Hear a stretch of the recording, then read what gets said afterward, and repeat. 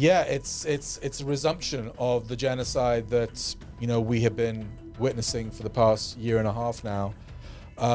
Israel, what can I say? I have no words in the English language. I thought I was a reasonably eloquent person, but honestly, I struggle with words to describe Israel. These are just, it's satanic. I've never in my lifetime seen such a state that is so cruel to innocent people. And they don't seem to have any issue with killing women and children, with maiming and slaughtering babies. Bismillahir Rahmanir Rahim. Assalamu alaikum and welcome back to another episode of Muslims Uncensored with me, Robert Carter, and also Roshan Salih as well, who is looking fresh in his white outfit for Ramadan. Now, of course, the holy month is still being observed. We are reaching into the latter parts of this beautiful month. And before we go into the main topics of this week's episode, which is, of course, going to be the latest relating to Gaza and the wider conflict as it's expanding in the Middle East, we are going to talk a little bit about our event, an Iftar event which we held recently before we get into the nitty-gritty of the news and everything else. So Roshan, let me just bring you straight in and say assalamu alaikum to you first of all. Talk about the events. We had it just a couple of days ago on the weekend, and it was a great event, of course. Yeah, so this was our second annual Iftar, alhamdulillah. We held it in West London, and it was a nice bit of nosh, and it was great to see so many people there. So we had about 200, a little bit over 200 people coming into the venue, and inshallah, so we all gave speeches, and maybe you can give a little bit of a summary of what you spoke about. I mean, the videos will go up in the next few days on our YouTube page, so you can see them all in full. But I basically talked about what we'd done over the last, year, and all those foreign assignments that you did, that Dilly did especially, and the impact that we had around the general election. And then I kind of explained the why behind 5 pillars, and because ultimately I don't believe that people give to us simply because of what we do and the reports we do, but it's why we do it as well. And ultimately I explained how everything for us is an act of worship, act of worshiping the Creator. It's an act of dawah to Muslims and non-Muslims, etc. And then I talked about the plans ahead, in the next year, what we intend to do to grow our team, to do more foreign reporting, do more documentaries, more in-person events, and many other things. So that was kind of what I said. Dilly spoke as well about the rise of Reform UK. Robert, I'll hand over to Robert in a second. But there's a lot of barakah in the room, as you can see. So, a lot of these were supporters, and all of them were supporters, to be honest. And it was great seeing so many familiar faces that, support 5 Pillars financially, but also editorially, being our eyes and ears on the ground all around the country. So it was a bit of a who's who of the Muslim community as well, from different Sunni sects and different some big hitters and movers and shakers in the community, all in one room, all networking. Obviously great food and great energy, lots of barakah, alhamdulillah. What did you speak about, Robert? Yeah, it was a good event. My speech was mostly about what I've achieved over the past year as well, because obviously I completed my first full year at 5 Pillars, joining just after October the 7th, basically.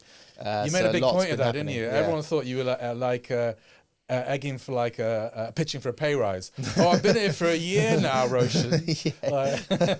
Well, if a pay rise comes my way, I'm not going to say no. But it's more like it was a year and a half, year and some months. Year and some months. But it was a good opportunity, because the thing is, I do enjoy this work. So to get up on stage and to talk about how great it is to work for 5 Pillars is actually enjoyable for me, even though it's not very humble of us, I guess, in a way.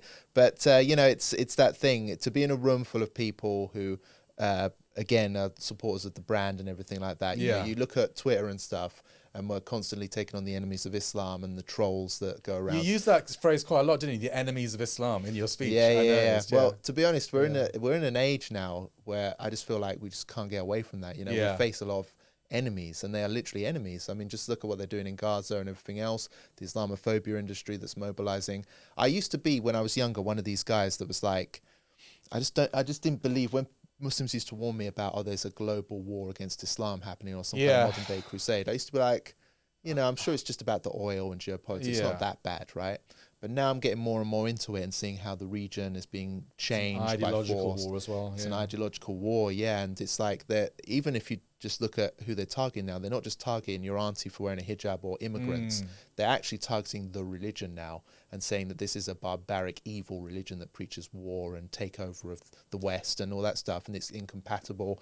So they are attacking the religion as well. Because they know how powerful it is, Robert. They know it has the ability. Notice they're not attacking Judaism as a religion or Christianity as a religion. Yeah, exactly. Because it doesn't have the same power as Islam to mobilize the masses. Exactly, yes. And they're getting all these people now, like Tommy Robinson's being really amplified.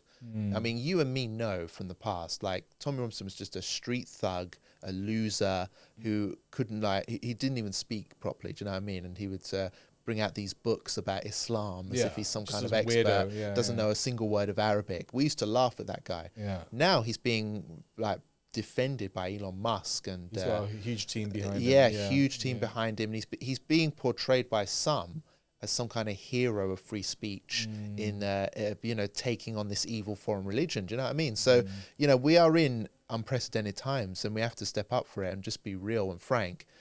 I genuinely believe that we have to fight back against these enemies. They're literally enemies, enemies of Allah, or whatever. So, and you renewed your promise, didn't you, to kind of what was it? What was your promise, your pledge? To keep working, to keep excelling and being brilliant. To keep turning up at work. Great pledge. To basically be amazing every day. Something which Roshan still hasn't recognised, brothers and sisters, but I have promised to keep doing a good job. Haris spoke as well, our new recruit Haris. I'm glad he did really some beautiful Quran recitation at the beginning, and also he spoke about how he was like doom scrolling through, I don't know, TikTok, and then he saw Dilly or something, and then he thought, that's going to launch me into Muslim journalism, which is a concept he never thought of. Then Dilly spoke about, I think, the challenges that we're going to, I think he said buckle up, basically. Muslims are going to face challenges, huge challenges with the Reform UK possibly going to be part of a new government in 4 years' time, the rise of Islamophobia, the rise of wars in the Muslim world. It's going to be a rough ride for Muslims, and that's why they need 5 pillars more than ever. Anything else you want to say about the event? Not really, because obviously we've got a lot of pressing stuff to discuss today. I just think that we're still fundraising is obviously what's key. I should remind you, brothers, before we move on to perhaps more serious matters, we're approaching the last 10 days of Ramadan now. The most holy days, Laylatul Qadr, is on one of the odd nights, or perhaps one of the even nights as well. So we have to search for it in the next. It's a time of giving. It's a time of giving, a time of charity. It's a time when I will be giving my own personal charity, or accelerating that. It's about accelerating our ibadah. So 5 pillars, we are going to be, I don't know whether we have the live stream. I can live stream graphic that we can get up, so we can just briefly talk through it, Robert. Yeah, just bear with me. We're going to be basically doing live streams on the odd nights, starting from Thursday evening. So that's tomorrow evening. And we're going to be fundraising. Dilly is going to be fronting that. Robert, myself, Haris will be in the background and also on camera at times as well. But we're going to be, if Robert can just get the graphic up, we can maybe talk through it. And I want you to join us, brothers and sisters, for these lives. Tell your family and friends, tune in, have your wallets ready, have your super chats ready, because we really need your support. We don't fundraise outside of Ramadan. We're not one of these organizations that's constantly bugging you for money outside of Ramadan. But in Ramadan, we do try to maximize the resources we have, and that lasts us through the rest of the year. So here we go. Robert, do you want to talk us through that? Yeah, so it starts on the 21st night, which is the 20th of March, 10 p.m. GMT. The first night we'll be discussing the 2024 elections, riots and revolutions. On the 23rd night, so there's a gap obviously, so that after the 20th, next show will be on the 22nd, and it will follow that trend over that week. So the next topic will be 5 pillars versus Britain's far right. The topic after that, which will be on the 24th of March, will be the UK and US elections specifically. I'm definitely going to be taking part in that show. Then we've got on the 26th of March, A New Dawn, Afghanistan, Bangladesh and Syria. That'll be a really interesting one, especially to hear what Dilly has to say visiting those countries as well, you, Roshan, in Afghanistan. And then finally on the 29th night of the Holy Month, which will be on the 28th of March, we're going to be doing 5 pillars, an ummatic future. So that'll be a look towards the future and what's coming up, inshallah. So these will be live streams where you can participate, brothers and sisters, and leave your comments and We'll have guests, very familiar faces, and we're not doing it for the purposes of entertainment, but it will be entertaining to watch, as our shows always are. But ultimately, we're trying to kind of maximize those resources so that we go into the next year in a very strong financial position, which we can ultimately put towards our journalism and to defending Islam, defending and promoting Islam and Muslims. Inshallah. Well, obviously, I think a lot of people want to get our reaction to all of the big news that's happening as well. I'm going to leave a link in the description of this, and perhaps even the top of the comment section as well, to give you the opportunity to know where to go on our website if you do want to support Five Pillars at any stage over the next days and weeks. But of course, the situation in Gaza has escalated once again as Israel has decided that they are going to end the ceasefire arrangement and resume its genocidal war on Gaza. Its initial bombing attack killed hundreds of people in Gaza, including many women and children, and they have continued to attack Gaza since then. That was about 2 days ago that they initially began bombing Gaza, and since then there has been UN workers killed, loads of kids and children, as I mentioned, so they're attacking indiscriminately, as they always do. And reports have also suggested that US President Donald Trump personally gave them the green light to resume their military offensive on the people of Gaza. So a horrific situation once again, and we're seeing more of those images and photos coming out of Gaza, which is very hard to see, but it's a return to the dire situation that we've experienced over the past more than a year. Roshan, do you want to react to this situation, because it looks like we're going back to full-on genocide now? So we had maybe 6 weeks of it looks like it's a pause really. It wasn't the end of the war, it was just a pause. Israel was still blockading Gaza during that pause and still carrying out assassinations. So it broke the ceasefire, every single day over the last 6 weeks.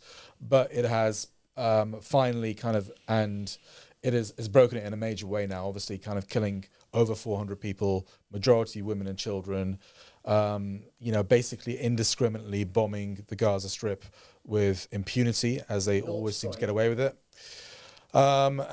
It's a resumption of the genocide that we have been witnessing for the past year and a half now. Israel, what can I say? I have no words in the English language. I thought I was a reasonably eloquent person, but honestly, I struggle with words to describe Israel. These are just it's satanic. That's how I can describe it. They're satanic demons. They're monsters. These people are literally monsters. And I've never in my lifetime seen such a state that is so cruel to innocent people. And they don't seem to have any issue with killing women and children, with maiming and slaughtering babies. In fact, I think they enjoy doing it, and they boast about doing it, or their supporters boast about doing it. And they say everything's on Hamas. Everything that, what twisted logic is that? So basically, even if we say that what Hamas did on, let's play it devil's advocate and say what Hamas did on October the 7th was terrible. Does that mean they can kill hundreds of thousands of people, including women and children, that had nothing to do with that attack? Yeah. That is their twisted, demented, monstrous logic. Yeah, exactly. And it's that type of logic that gets used to justify crimes that have been committed historically to the Jewish people as well. They say, well, they did this or they did that, so it kind of justifies their actions. And that's what the Jews have had to deal with for centuries. And now, look, it's happening to the Palestinians, and we've learned nothing. It's Nazi-like, Robert. I mean, people, they say it's anti-Semitic to call it, to compare it to the Nazis, but obviously that's Israel saying that, as if they get to define what language everyone else uses. But I think more and more people are seeing, kind of parallels with the Nazis. Obviously, the Nazis did it on a lot larger scale, but they did have 6 years to do it. So Israel just getting started here, and within the space of a year and a half, they probably killed, I don't believe those figures, it's 50,000 dead. I think it's well over 100,000 dead, simply because so many are under the rubble. And if they're allowed to go on for 6 years, we're talking about half the population of Gaza annihilated. I think what we have to remember as well is that the international community, even world press, they're sort of finding excuses, and they keep saying, like you say, well, Israel said this and they have a right to do that, and it's all self-defense, another. And it's like, but nothing okays a genocide. Do you know what I mean? No matter what anyone's done to you, you can't turn around under any circumstance and say a genocide is justified. Do you know what I mean? But that point, which is the bottom line here, nothing justifies a genocide, just seems to have been completely lost. But they'll apply that logic when it comes to Ukraine, for example, you know, and what Russia's doing there. But just total, what is it? What is the difference between Ukraine and Gaza? I mean, Gaza's been more hard done by than Ukraine. Is it the color of their skin? Is it the color of their eyes or whatever? Is it their religion? Is it because these are mostly Muslims? Those are the questions that remain unanswered. It's all of the above, I think. And obviously the West, I mean, you know, they're in the pocket of Israel and the Zionist lobby, the pro-Israel lobbies in these countries who you basically control these governments through finances, through media and many other things. And I'm going to be called an anti-Semite for saying that. I could not care less, couldn't give a monkeys. If you haven't been called an anti-Semite by now, by the pro-Israel lobby, then you're not doing your job because you're not speaking the truth. Everyone's anti-Semitic these days. Even the United Nations is anti-Semitic. All the rapporteurs that are talking up for Gaza, they're all anti-Semites. And this country is disgusting as well. The country that we live in, or the state anyway, the government, are just a bunch of disgusting genocide enablers. And these sellout Muslims, you know, going to these iftars with the like of Keir Starmer. What has Keir Starmer said since Monday night or Monday morning, whenever it was? I don't think he's even made a statement on this. 400. Imagine if 400 Jews are massacred. Imagine what Keir Starmer would be doing now. He'd be hanging Israeli flags outside Downing Street. You know, he'd be in Israel right now mourning, you know. You know, I mean, literally 400 Palestinian Muslims have been massacred.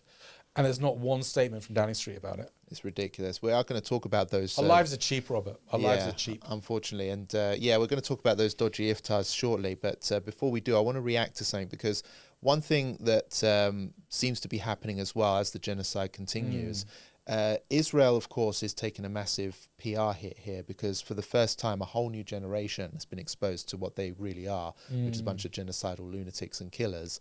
And it's, absolutely. And I think even now we're starting to see some supporters of Israel and Zionism turning on it, because they just simply can't get their head around this mass slaughter of innocent human beings. Candace Owens is a prime example of that. I want to play out a clip just to highlight this point, because we shouldn't let it slide away. It's happening, even in American right-wing circles. So she used to be a right-wing supporter of Israel, did she? Yeah, she worked for the Daily Wire, which again is kind of a pro-Israel platform. And she, listen to what she says. She even confesses that she was sympathetic to Zionism at one point. I was on the Zionist side. Let's not forget this. For years, I worked for Prager University. I worked for Daily Wire, and so I was much more sympathetic to, I would say, the Zionist cause throughout my entire career. But the difference is, and I think we spoke about this on my podcast, generationally, with the access of social media, being able to see these things every day. For the first time ever, we were just able to see what was happening in Palestine. Before, we just had to rely on legacy media. What I started noticing was I wasn't even allowed to ask a question. So I'd see something and then I'd say, well, what is this? And then suddenly it was anti-Semitism. And that right there to me signals you're not telling me the truth, because you shouldn't have to do that. I think that sums it up very well. And this is someone who would have defended Israel back in the day. And now she's been condemned by the circles she used to surround herself in for being anti-Semitic, simply for asking questions about the genocide in Gaza. So I think things are turning. No, they are. There's a greater plan. Allah is the greatest of planners. Who knows how this is going to play out in the future? Oh, of course, Robert. Long term, Israel's going to lose. We know that, right? Look, I mean, I think you're right in the sense that any right-thinking person, anybody with a heart really can see what's happening. And my fear, though, is that do we have a long term? I mean, I think it's obvious the long-term trajectory is against Israel, but are they going to expel all the Palestinians or kill most of the Palestinians before we even get to that long-term scenario? That's what my fear is. But as you say, Allah is the best of planners. Yeah, absolutely. There is more tension rising in the Middle East, because Yemen has continued to militarily support Gaza throughout this whole genocide. And even now they have renewed their attacks on Israel. This has led to retaliatory strikes from the US, who has been bombing Yemen over the past couple of days, killing, again, innocent people. Children are being killed in Yemen. Now, the US and Trump has said that they're targeting the Houthi and Ansarullah group. This is because the Houthis are the ones responsible for launching strikes on Israel.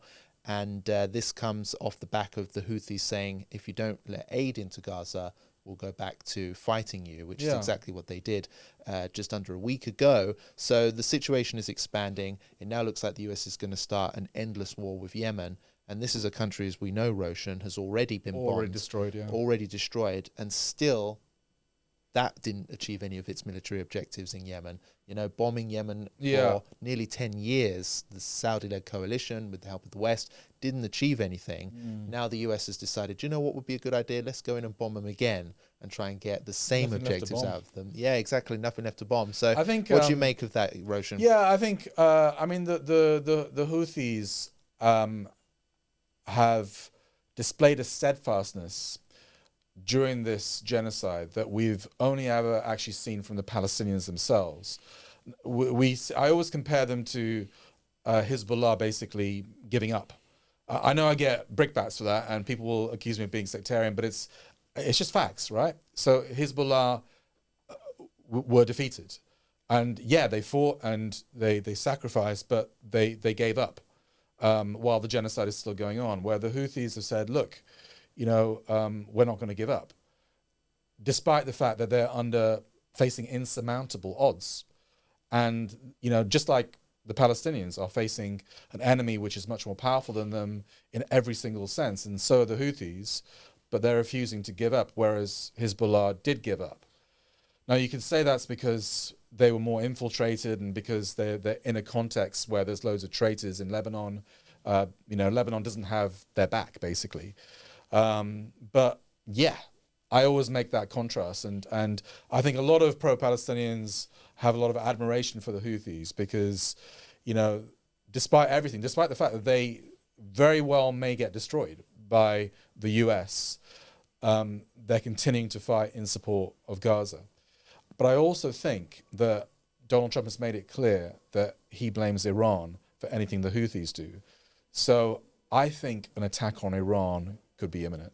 Like, we talk about this for a long time now, but I think it's getting to the stage where if the Houthis don't stop doing what they're doing, there's going to be a direct American attack on Iran.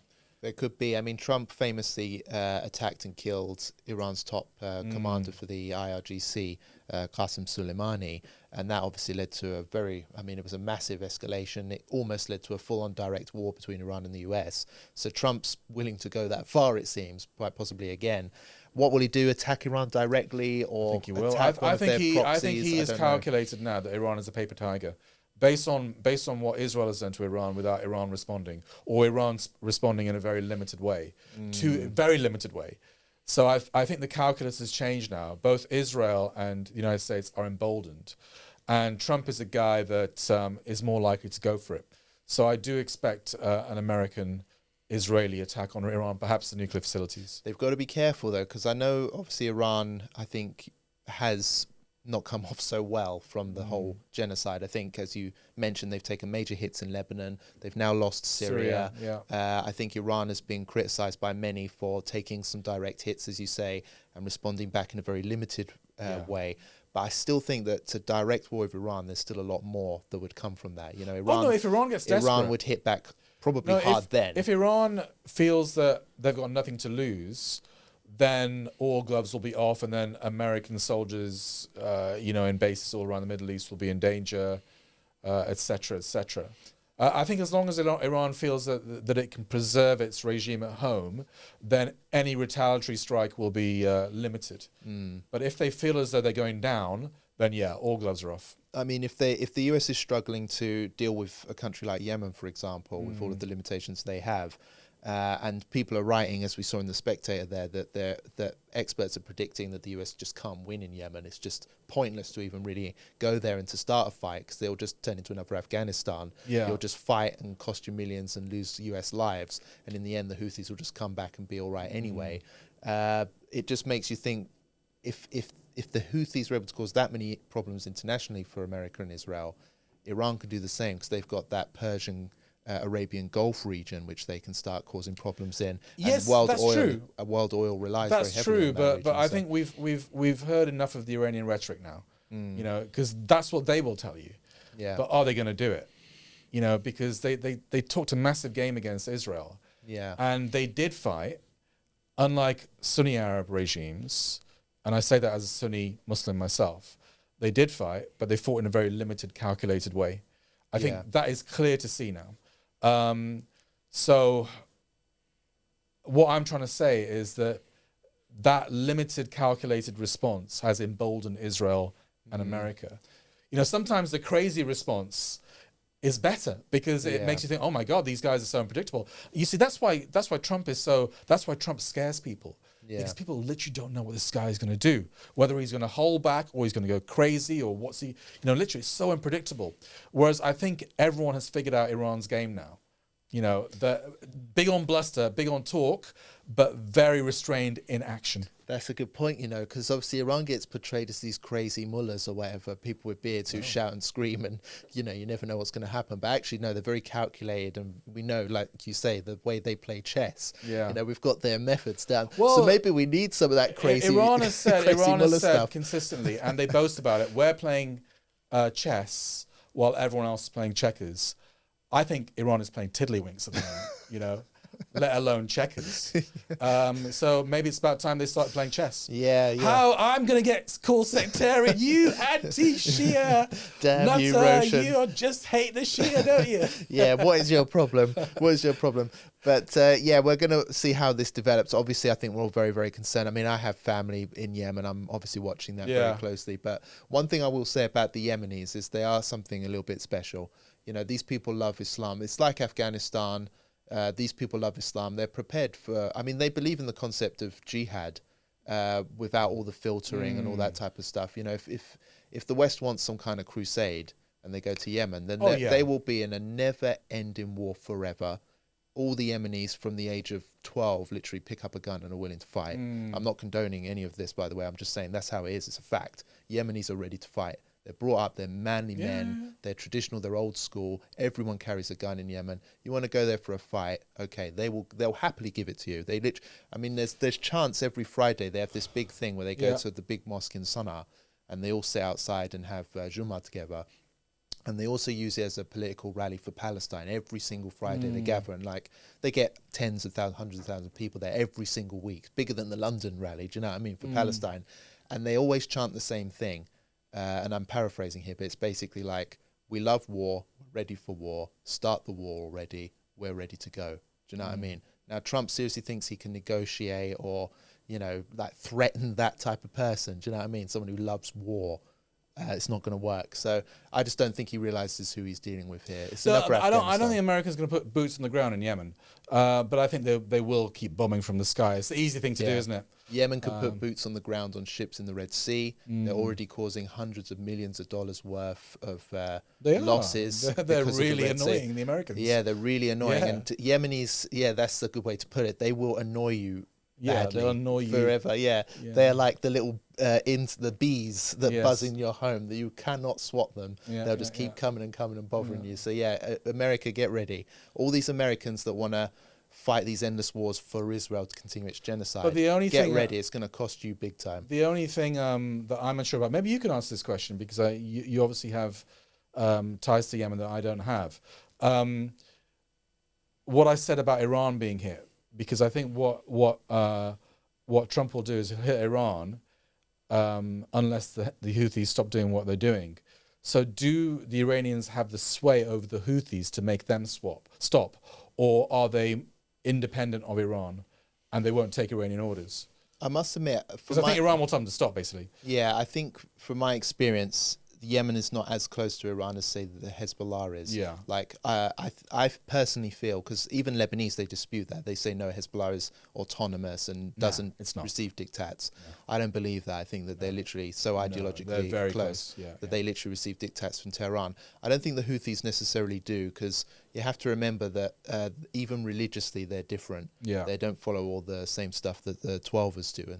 And I think because of the distance between the two, I mean, Iran can't even keep an ambassador in Sana'a. Do you know what I mean? They don't have the communications anymore. It's a different situation. I mean, according to reports at the time when the Houthis first marched on Sana'a to take over the government there, it was later revealed that they were being advised by Tehran not to go that far.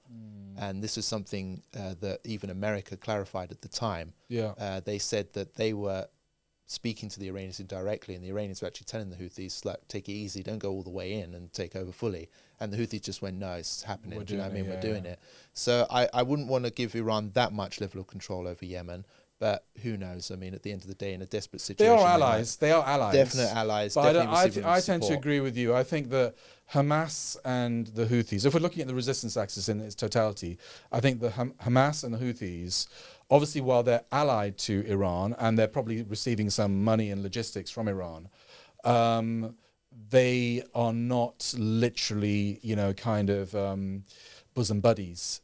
There is that degree of independence. Whereas I think Hezbollah and Iran are joined at the hip. Like Hezbollah, for example, will receive their salaries from Tehran's budget. Do you know what I mean? It's that close. They're literally like relying on Iran. Well, they have They had Iranian commanders. In that base where Nasrallah was killed, right? So, yeah, exactly. But the Houthis, they have their own country, their own government, their own economy that they're managing.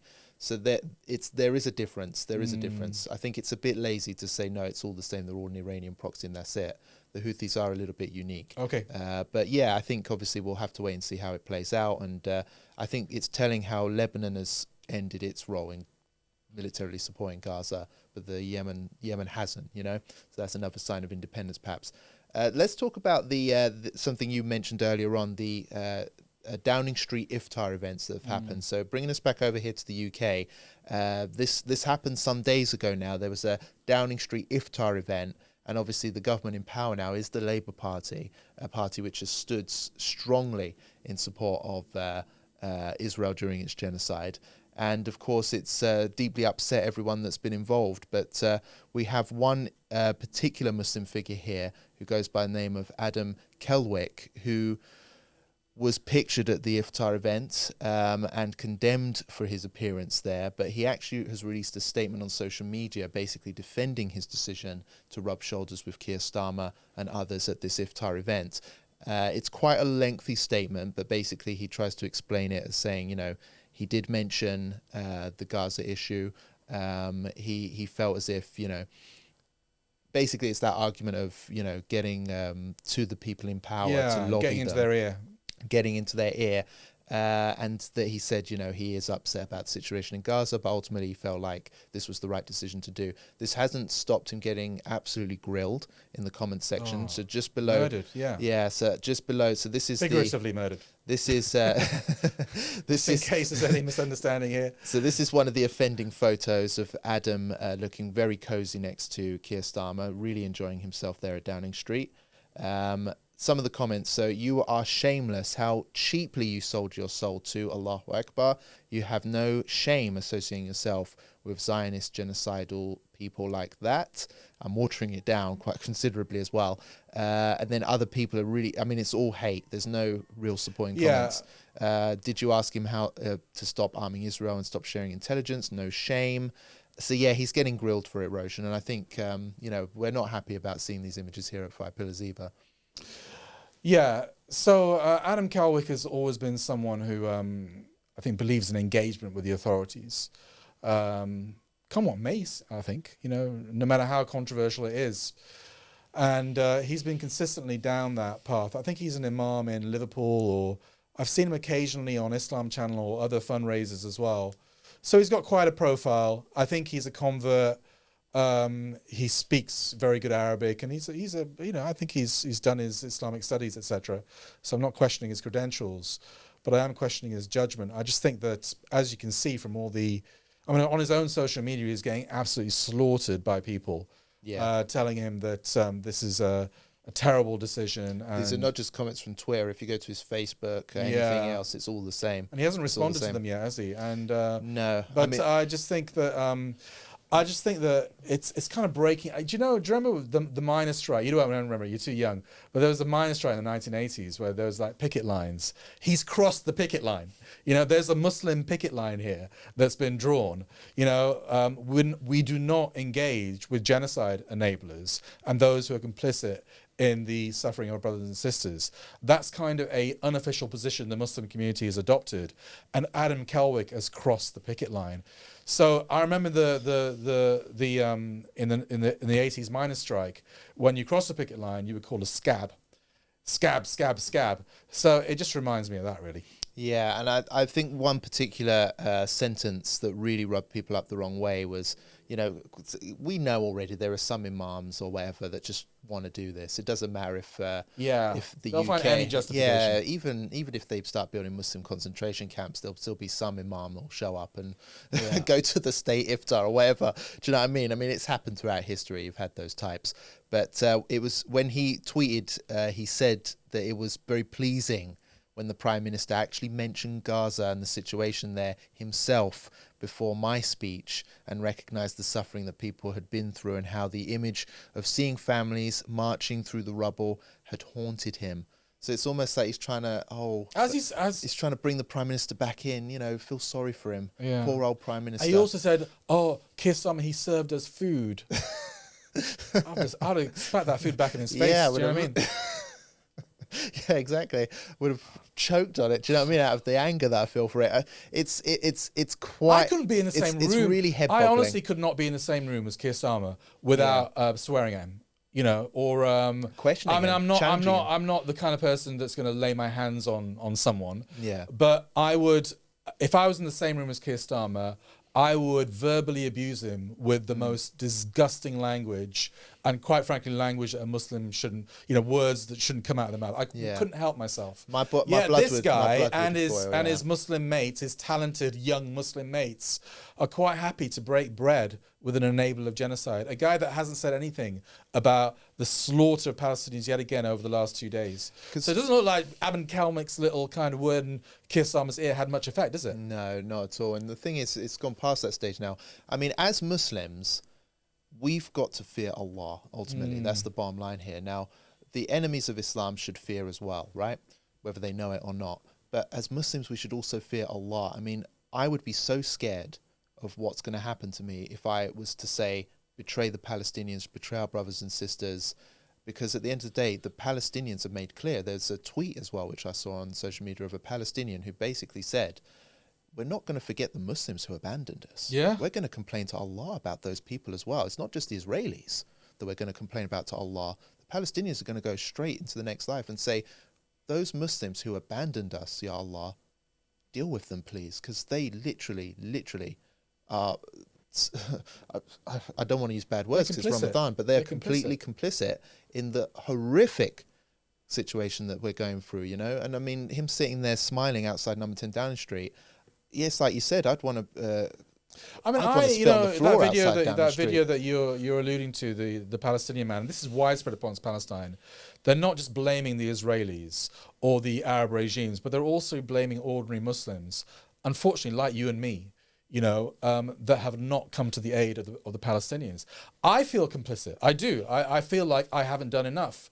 And maybe I've done more through my words and actions than a lot of Muslims. But I honestly feel in my heart of hearts that I have failed the Palestinians, and I feel accountable to my Lord for that.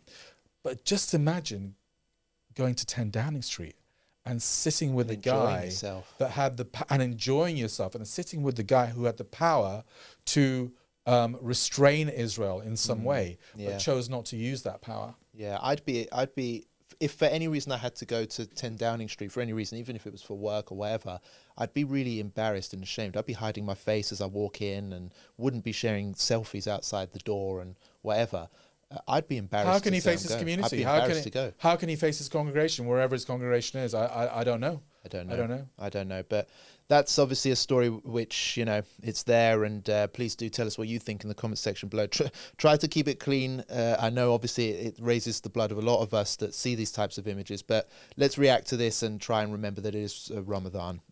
So, yeah, let's try and keep cool and calm if we can. But at the same time, I think we are fair to express our views and opinions, especially when we are angry as well. So vent, but just try and control yourselves, because obviously we're not, you know, we have to be careful about people going too far or whatever. But yeah, let's move on to this next story. This is a little bit more positive, I think, just to change the mood here. There is a new mosque. Alhamdulillah, Allah Akbar. Alhamdulillah, there's a new mosque being built. It looks like a good one, a nice size, beautiful building. It's being built in the UK's Lake District, which is a very beautiful part of the country for anyone outside the UK. And it's an area which didn't really have any mosque or proper Islamic presence at all. But there's one being built, and it's created a massive backlash online among far-right people. Let's just play out a clip now of the promotional video, just so we know exactly what's being done in the Lake District. From the beautiful Lake District in the northwest of England, a place of exceptional natural beauty and a place that I'm proud to call home. I'm standing at the site of the first masjid in the Lake District. Muslims have actually lived and worked in this area for over 40 years, but we still have no masjid, no madrasa, and no janaza facilities in a 50-mile radius. This piece of land was actually acquired during COVID times, and after some initial hurdles and setbacks, work is finally underway, as you can see. So there we go. We've got a brand new masjid on the way, but a lot of far-right people are not happy about it. They're accusing them of destroying the local environment and, you know, we need to outlaw mosques because there's too many and all this type of stuff. That doesn't look like if I had one criticism, if you can go back, I would say that doesn't look... Is that the projected building or what's already there? No, that's what it could look like. It's an AI image or whatever. That's what it could I look don't think like. that looks enough like a mosque to me. I want to see a dome and a minaret. Yes. I want to see that proper Islamic like architecture. Yeah, it looks like they're trying to... I don't want to accuse them or anything, but I like to see... I want to... If I see a mosque, I want it to look like a mosque. Yeah, if you're going to do it, you've got to go all in or go home. Do you know what I mean? You've got to go full in. Yeah, like more minarets, the better. Do you know what I mean? Nothing makes a landscape look better than the beauty. A dome and a minaret, at least. Just my architectural advice. Yeah, exactly. But what people have been saying, they've been saying it's kind of right in the landscape. And so there's a guy here, Concerned Citizen on Twitter, which is a prominent sort of right-wing super mosque. Yeah. Mega mosque. Oh, people have been calling it a mega mosque. That's a great one. So the Lake District in the UK is an area of outstanding natural beauty, much of it protected under environmental law from unwanted construction. Now it's getting a super mosque. And just asking if you've seen it yet. And then everyone in the comment section is just having a go. Loads of right-wing people. Most Muslims are good people and have given up Sharia law. Hopefully for England they'll keep it away. Normally I'd be fuming at this, but the majority of people that visit the Lake District and live there are white liberals. Now it's either their backyard that will soon be changed. So yeah, just loads of hate. But it's funny to see. It's really funny to see. This is one of the good things I think that we need to start doing. Have you been to the Lake District? I have, yeah. It's very beautiful. But I mean, there are other buildings in the Lake District. It's not just all lakes and trees. Yeah, exactly. And mountains. They just don't want Muslim buildings there. Yeah, they're not racist, there are churches but they just don't there. want Muslim buildings there. There are, petrol stations there. There are residential buildings there. So I don't see. I mean, it's quite a big area. I mean, in terms of the UK, it's quite a big area. One mosque is not going to destroy One mosque isn't going to dominate. One mega mosque isn't gonna. It's not gonna be bang in the middle of Lake Windermere or something like that. Yeah, exactly. I mean, this is just hysteria. But look, I think if Christians have a church in this area, and Buddhists have a Buddhist center and stuff like that, then why can't Muslims have a mosque?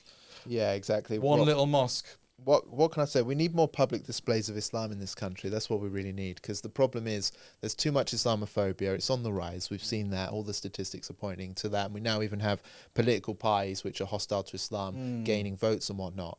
So okay, if you want to pick a fight, then let's go for it, innit?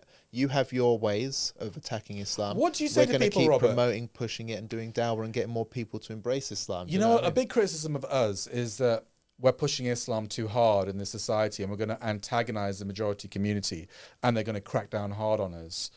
How would you respond to that? They're already cracking down. I mean, if we all went home and stayed quiet, they'd still knock on your door and try and arrest you or get your hijab off your kids or something like that. They're literally attacking us in every way, shape or form. They're even going into the education area and they're trying to undermine Islamic teachings. They're saying that it's okay to be rainbow in Islam. And they're even bringing in so-called Muslim speakers to say that the Quran okays it. Do you know what I mean? So they are after us. The Islamophobia industry exists and it's mobilizing already.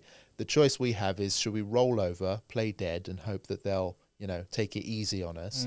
Or do we step up and fight back? Now, the Islam that I know, the one that I was taught about when I took my Shahada was, no, as Muslims, you step up. Yeah. You stand by one another and you defend yourselves. And Allah has made it clear that He's going to protect us as well. But you see, I just don't believe in laying down. This is what I understand from my reading of the Quran and interpretation of the Quran. Obviously, that's not my own personal interpretation. It's based on what the scholars have said. I honestly think our only purpose in this country is to deliver the message and to deliver it clearly. Yeah. Obviously with hikmah, with wisdom, and not in a way that is going to put people off, but in a way that is without compromise as well. And I think a lot of Muslims feel that their presence in Britain is about having an easy life. And I don't think, I mean, all the prophets had difficult lives.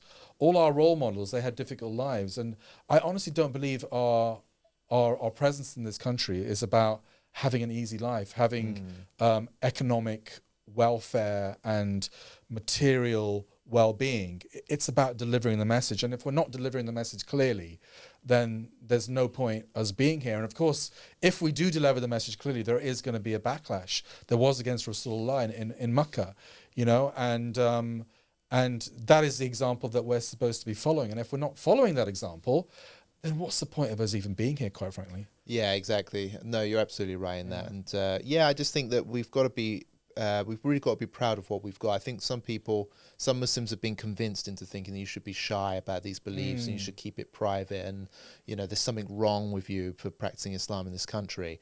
But no, we're followers of the truth. Islam is a perfect religion. We have nothing to be ashamed of. If anyone has a problem with what we're doing, it's because they're sinners, they're in the wrong, they're the ignorant. So we've got to be really proud of ourselves and stand up, because Muslims have never come here trying to take over. That's never ever been the case. They've come here and helped to make this country better than what it is. And for people to now turn around generations later and say, oh, these foreigners are ruining everything.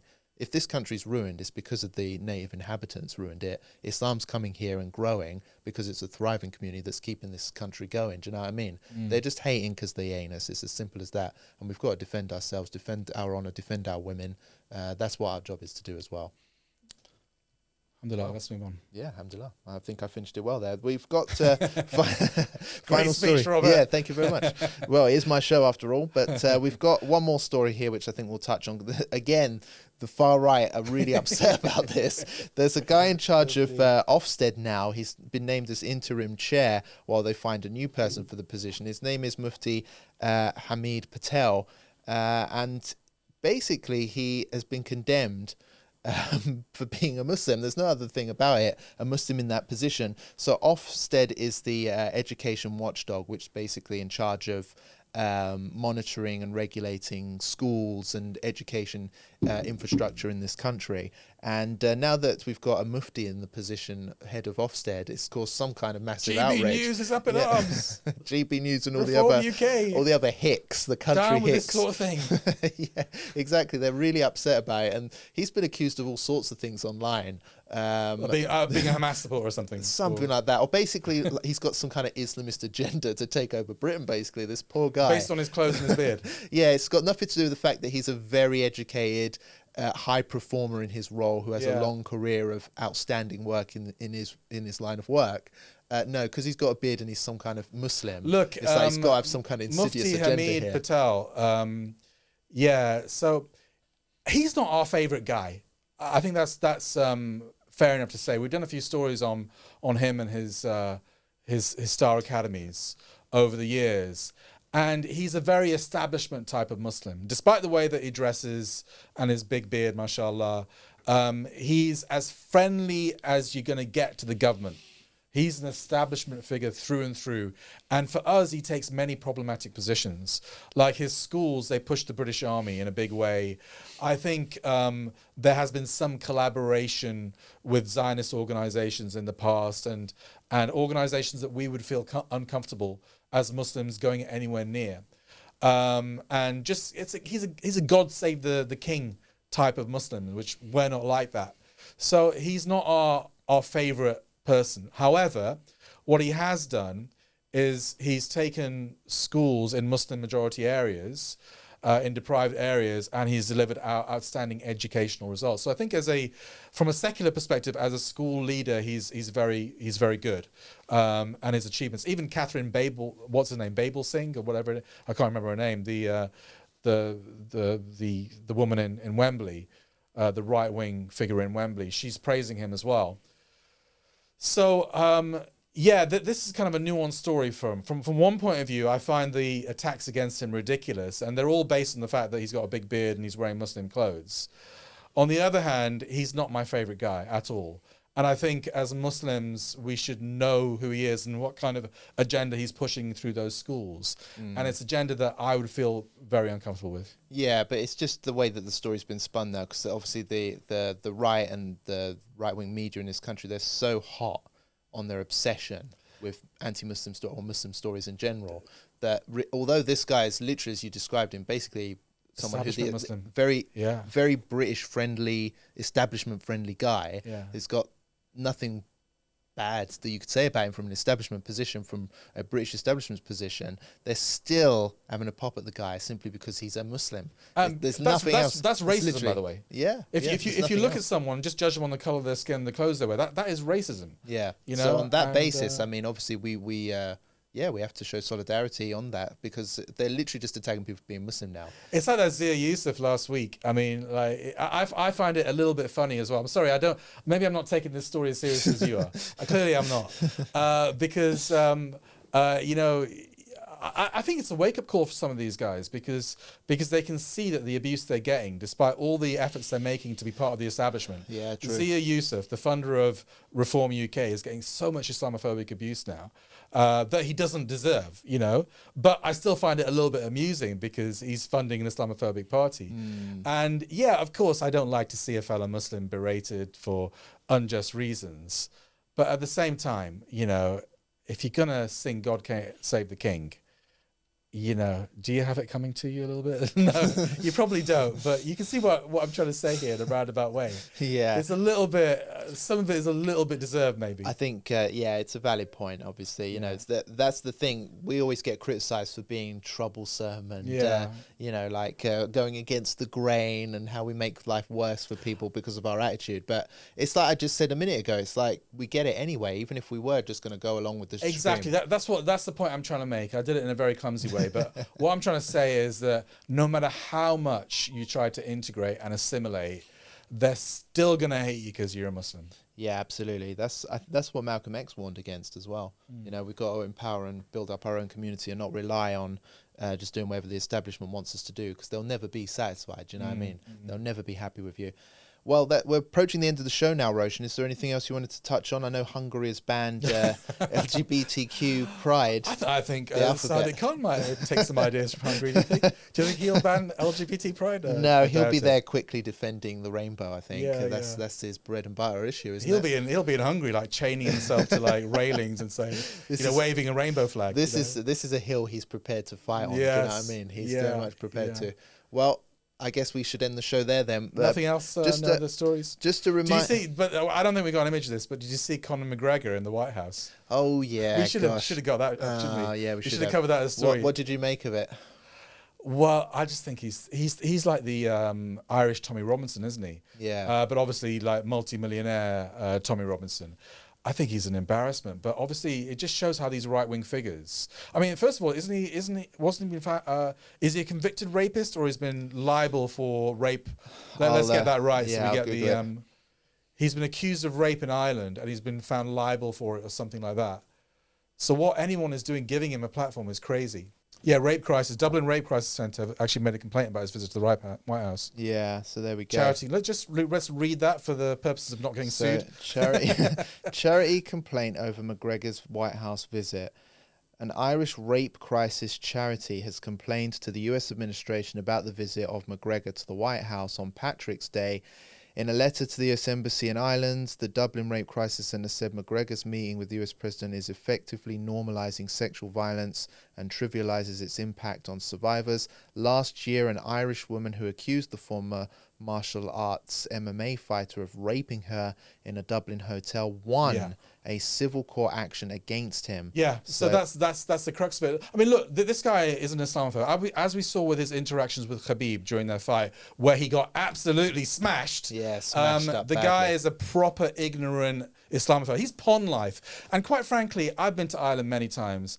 I have many Irish acquaintances that I have a lot of respect for. A lot of them are open to Islam as well. A lot of them share, that they share our history of oppression as well. Yeah. I don't think he represents Ireland in any way. Yeah. I've been to the north of Ireland as well. I haven't been to the Republic of Ireland, but I've been to the north. And the Irish people in general are nice people. Yeah, I think. they're lovely people. McGregor doesn't represent them well at all. He's just he's a nasty piece of work. He's pawn life. He's absolute pawn life. He's trash. He's Irish life. trash. Yeah, and he is. Unfortunately, in every country in the world, you're going to get trash. Yeah, unfortunately, that's why he's Trump got a massive. likes him. He's trash that's got a massive profile. And as you can see, as with Tommy Robinson, they're getting the backing of these very powerful figures like Donald Trump, Elon Musk. I got the impression that he is a proper bootlicker as well. He's a real nasty bootlicker because I mean the way he was acting around Trump. Do you know what I mean? He was just like, oh yes, Mr. President, please give me some more support, please. Right, it's one of my own. I get you what I want.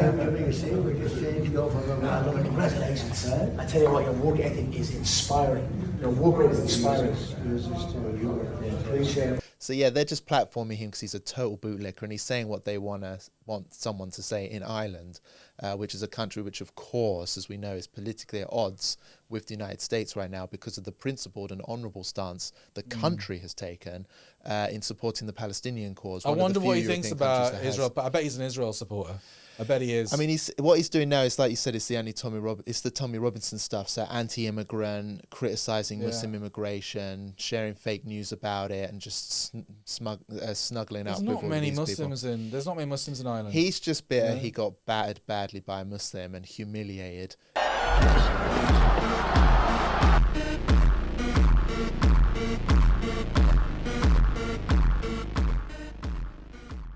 You know, he's obviously been totally emasculated, and he just feels like he's got to lick the boots of a more powerful man like Trump to try and stay relevant. He's just a complete loser, I think. But yeah, what can I say? That's McGregor for you, the not so proud MMA fighter of Ireland. So yeah, that was a good story to add on. But I think we should probably end the show. Yeah. But with just a final reminder that, as we mentioned earlier, we are going to be doing our YouTube events, our live streams in the final nights of Ramadan, giving you some entertainment, but of course, also more importantly, an opportunity for you to support our work. We are, of course, a grassroots organisation. We don't take any state funding. We don't lick boots like McGregor does of any people in power. We literally rely on your generous support to keep us doing what you appreciate the most, which is impactful exclusives, journalism from a Muslim ethos perspective, and of course we prioritize stories like the Palestinian cause among others in our work. So please do support us in any way, shape or form. It's always greatly appreciated. Yeah, the only thing I would say is that this is the time to put your money where your mouth is, brothers and sisters. If you enjoy what we do and you support what we do, you like what we do, and I know that you do, because I see your comments and I can see the love and support you give us.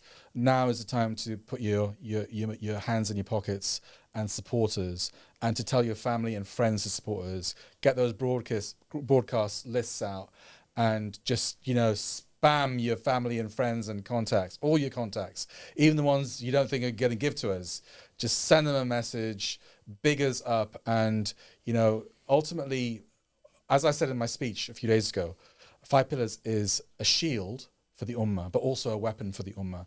And in the coming years, with this rise of the Islamophobic parties and the rise of the warmongers and all this right-wing stuff, you're going to need 5 Pillars more than ever before. There's nothing out there like 5 Pillars that is unapologetically willing to defend and promote Islam and Muslims, to stick microphones in people's faces of the Islamophobes, the Israeli apologists, Robert risking his life in Beirut, and just go anywhere, wherever there's Muslim news, doesn't matter about the danger, we will go there.